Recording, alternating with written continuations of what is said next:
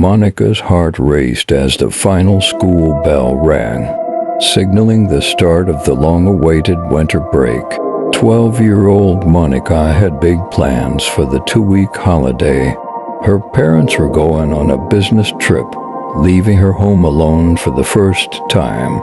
She relished the idea of having the entire house to herself, imagining days filled with movies, popcorn, and staying up past her bedtime.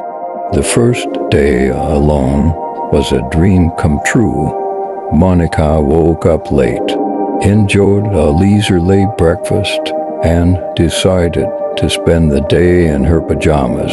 She binged her favorite cartoons, made a mountain of popcorn, and laughed as loud as she wanted.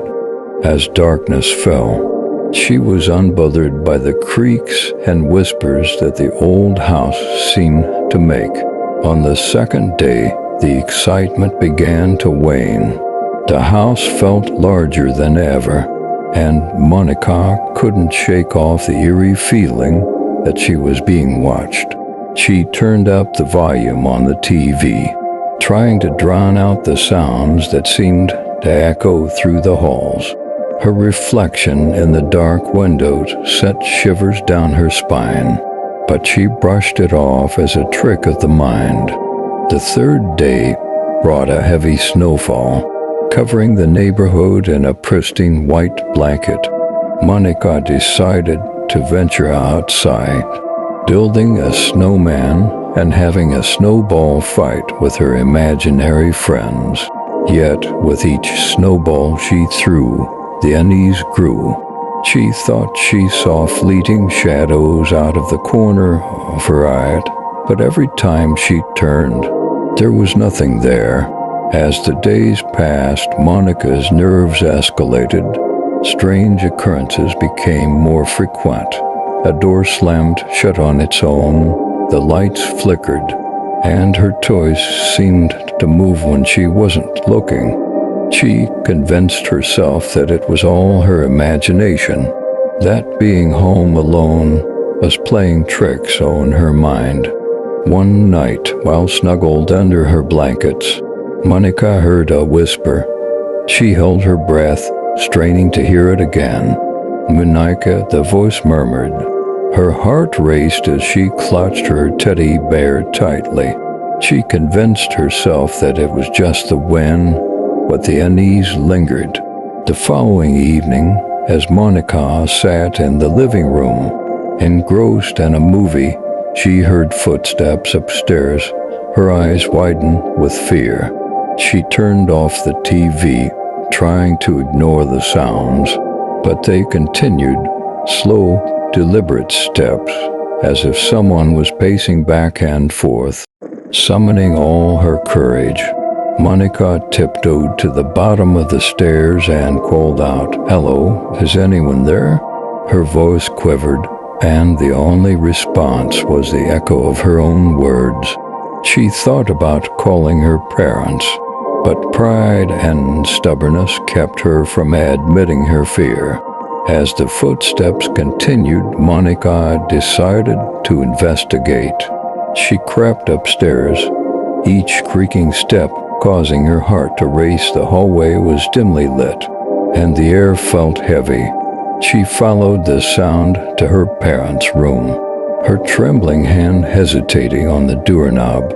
Pushing the door open, Monika gasped. The room was icy cold, and her breath formed misty clouds in the air.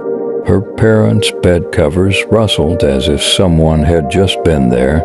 She backed away, her heart pounding, and that's when she saw it. A faint, shadowy figure standing in the corner. Monika's scream pierced the silence as she stumbled back and fled down the hallway. She locked herself in her room, barricading the door with her dresser.